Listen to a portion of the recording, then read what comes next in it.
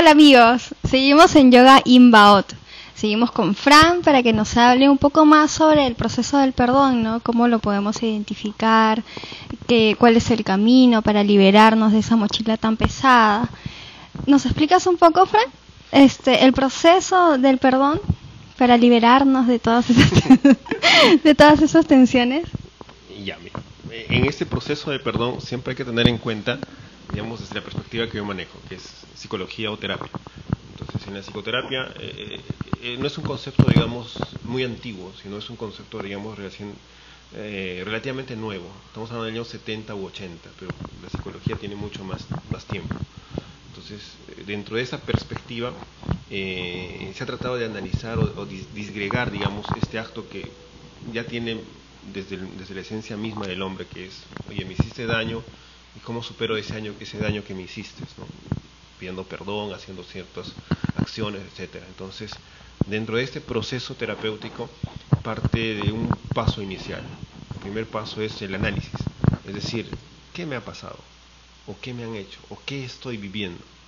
No es lo mismo, digamos, tener que perdonar a un exnovio o a una exnovia de una infidelidad. No es lo mismo perdonar, digamos, a un ladrón que de un momento a otro me arrancó el celular y que por azares del destino tengo que volver a verlo, o un compañero del trabajo que de pronto siempre se ha mostrado como una persona buena conmigo, solidario, y de pronto empieza a hablar mal de mí y tengo que perdonarlo porque de alguna manera alguien me dice, hazlo, ¿no? El análisis previo que una persona, tanto consciente o como inconsciente, digamos, en el sentido de que necesita hacerlo, es identificar qué me ha pasado, qué situación estoy viviendo en este momento, o qué momento de este proceso en sí me está afectando y de qué manera me está afectando. Ese análisis puede demorar, digamos, media hora, una hora, días, semanas, meses, inclusive para otras personas que afectan mucho, pero siempre va a ser el primer paso, el análisis. ¿Y qué es analizar? Digamos, es separar justamente ese todo en varias partecitas pequeñas. Y una de esas partecitas es, me hizo daño porque realmente esta persona quiere hacerme daño de una manera consciente, es adrede, hay todo un tema ahí, o lo que pasó es una circunstancia de la vida, es decir, lo que tenía que pasar y justo esta persona estaba ahí, me afectó a mí, no era su intención. Ahí ya estoy dando el primer paso, saber identificar qué me está pasando. El segundo paso, digamos, después de un análisis, es qué decisiones puedo empezar a tomar. Yo decido quedarme con la situación o dar la vuelta a la página. Y para dar la vuelta a la página me encuentro, digamos, en un dilema. El dilema está que cuando se ha activado todo eso, en el inconsciente o la parte, digamos, interna, se ha activado algo que nosotros denominamos mecanismos de defensa.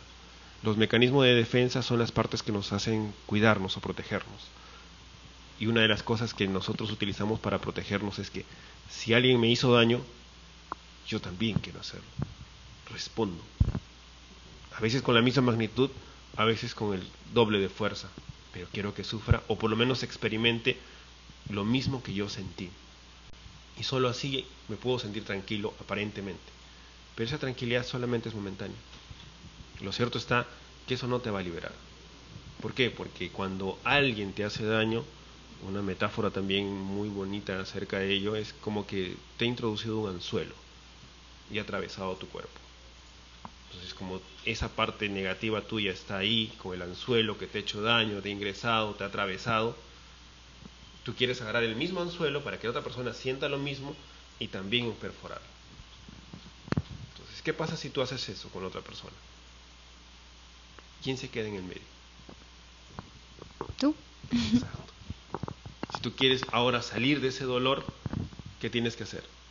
Primero tienes que hacer que la otra persona salga del anzuelo y luego recién tú. Ese es el perdón.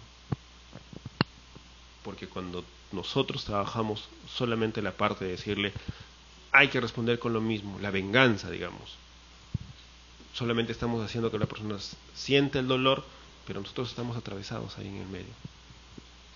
Para lograr eso, nosotros hacemos este proceso de análisis, segundo, la toma de decisiones, y tercero, digamos, ya llevarlo a un plano tanto consciente como también una seguidilla de actos. Esa seguidilla de actos implica, digamos, conversar con la persona, mostrarle, digamos, qué pasó en mi interior, qué sentí, hasta qué nivel. Pero ese conversar no es buscar una respuesta, es hacerle ver, o sea, hacerle sentir o hasta entender qué aspecto, digamos, o hasta qué magnitud me he sido afectado. Después de que he mostrado todo eso ante la otra persona, probablemente la otra persona también diga y nos muestre también su dolor, o nos haga entender, digamos, que no fue su intención. Muchos de los actos que han pasado así, fuertes, digamos, no han sido, digamos, intencionales, pero cuando ya se ha producido el daño, es necesario movilizar esos sentimientos, esas emociones que están atravesadas, y luego recién poco a poco el anzuelo va a salir de la otra persona y luego va a salir el mío. Y la expresión, digamos, ya te perdono, implica, digamos, un apretón de manos, implica un abrazo, implica un contacto con esa persona. ¿Para qué? Para que tu cierre, digamos, terapéutico haga que tu cerebro, tu proceso mental diga, ya no te afecta, ya no es parte de ti. Así la otra persona después diga, pero todavía siento esto, aquello. Sí, pero yo ya te perdoné, ya cierro ahí. Y luego el siguiente paso, digamos, que algunos dicen que no es parte del perdón, pero yo considero que tiene mucho que ver, y es la reconciliación. Y una reconciliación es que si la persona era tan importante para mi vida, un hermano, ponte, no se trata de que el hermano vaya por un camino y yo vaya por otro camino, ¿no? Se trata de que regresemos a un punto en el cual nosotros hacíamos las mismas actividades, las mismas cosas, porque ya lo perdoné, no me afecta. Es una discrepancia, digamos, a veces en la parte terapéutica, con la parte espiritual, que no es, digamos, difícil de confrontar, pero sí hay que tener en cuenta, digamos, que cada persona es distinta en su forma de reaccionar. En ese sentido, digamos, si es un ladrón, una persona que realmente te ha hecho daño por una motivación distinta, entonces es mejor dejarlo ir por su camino y tú seguir por otro camino, ¿no? Pero si es una persona llegada a ti, un familiar, una persona que necesariamente tienes que verlo, hay que regresar al punto en el cual la situación estaba bien. Para mí esa es la evidencia, digamos, de que realmente has perdonado, que vuelves a hacer lo mismo. Y, por ejemplo, si te doy un ejemplo de una persona que oculta cosas Ya. a la otra, y la otra persona se entera de esas cosas, ya sea externamente o por él mismo. ¿Cuál sería el proceso de su perdón de esa persona? Ya. ¿Cuál podría, o sea, qué podrías recomendarle, ¿no? Primero, esa persona que oculta cosas, digamos, tiene una motivación. O sea, ¿por qué lo hace? Tal vez lo oculta porque la otra persona, en sus reacciones, eso que está ocultando ya estaba conversado que no debía hacerlo, o qué motivación tenía, ¿no? O la reacción de la otra persona. O tal vez debería haber sido por el miedo de, como tú mismo dices, ¿no? De su reacción, porque habrá pasado por situaciones muy difíciles, ¿no? Ahí estamos haciendo el análisis de la situación. Ahí estamos analizando, digamos, qué está pasando alrededor. No estamos centrándonos en el dolor todavía de la otra persona, ni en mi dolor. Estamos analizando la situación. Estamos sacándolo, digamos, en mis pensamientos o en lo que yo pueda tener, lo estoy poniendo sobre la mesa. Una vez que lo pongo sobre la mesa, su motivación, todo lo que ha podido pensar o sentir. Ok, me ocultaste cosas. Eso me afecta, ¿por qué? Porque yo como persona confiaba en ti o te tenía en un lugar. Ese lugar que tú tenías desapareció, ya no está. Y como ya no está, no me duele en sí las cosas que me ocultaste. Me duele que hayas perdido ese lugar en el cual estabas. Y por lo tanto estoy experimentando ya un duelo. Y un proceso de duelo, digamos, una pérdida de esa naturaleza, siempre va a involucrar, digamos, un sentimiento de rencor, de fastidio, de cólera, ira, frustración, rabia, que muchas personas lo traducen rápido, ¿no? Me ocultaste cosas, ¡pam!, agredo, grito, y incremento, si te das cuenta, la acción, y ya no tengo solamente que perdonar, sino también tengo que pedir perdón. ¿Por qué? Porque de un hecho ya lo convertí en algo mucho más grande. Entonces mi análisis, que parte de decirle a la persona, a ver, ¿cómo fue? ¿Dónde está la intencionalidad? ¿Dónde está? ¿Hasta qué manera me afecta? Segunda parte, decisión. Si yo decido, digamos, hacer algo por ti, en realidad estoy decidiendo primero hacer algo por mí. Lo cual es, si la persona realmente ocultó las cosas porque yo he sido el que está fallando, o él mismo de repente tenía otras motivaciones, esas motivaciones deben de conducirlo hacia caminos diferentes de repente. Entonces ya estoy dando un paso a decisión.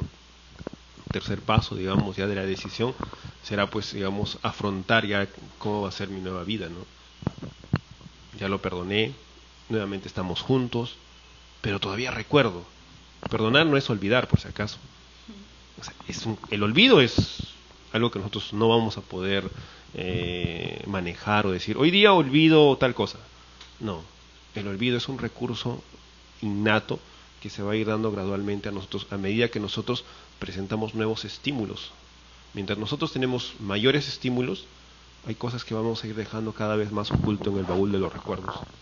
Y esos recuerdos que están ahí no van a desaparecer. Es más, está comprobado así casi científicamente de que el olvido como tal es un recurso altamente terapéutico, pero que en realidad no desapareció el pensamiento, solo está bien archivado, y mientras más adentro esté, mejor, porque cuando sale tal vez nos cause dolor.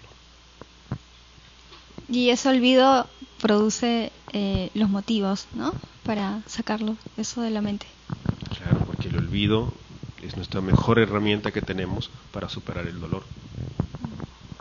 Y una vez que ya superemos el dolor, las cosas tienen que ser como antes, y hasta mejores. ¿Por qué? Porque en ese proceso aprendiste, te hiciste maduro, te hiciste responsable, te haces una persona más confiable, te haces una persona, digamos, un ser completo, ¿no? Sabiduría, llamémosle. La sabiduría no solamente... ¿Qué diferencia hay, digamos, entre la sabiduría y la inteligencia? Un inteligente puede ser un muchacho de 20, 25 años que estudia mucho, se leyó muchos libros, etcétera. Pero sabio es aquel, digamos, que no solamente ha leído, sino también lo ha puesto en práctica. Y a medida que ha ido creciendo, no solamente lo ha puesto en práctica, sino ha tenido que equivocarse. Y luego, después de la equivocación, salir adelante. Y eso solamente lo da el tiempo. El tiempo es nuestro mejor maestro en ese sentido. Gracias, Fran, por contarnos sobre el proceso del perdón, que es analizar, decidir y olvidar. Ese es el proceso que hemos hablado de hoy día, y muchas gracias por su atención. Espero que les hayamos ayudado en este proceso de duelo, de perdón. Hay que liberarnos de situaciones difíciles. A veces las personas actúan así por miedo o inseguridades, y eso nos atrae al rencor, y para eso tenemos que liberarnos y tener perdón. Simple. Bueno, muchas gracias por su atención. Seguimos en el siguiente bloque para seguir hablando sobre las estrategias que podemos tener acerca de todos los estados negativos, el proceso del perdón, así como un breve resumen de todo lo que hemos hablado. Nos vemos.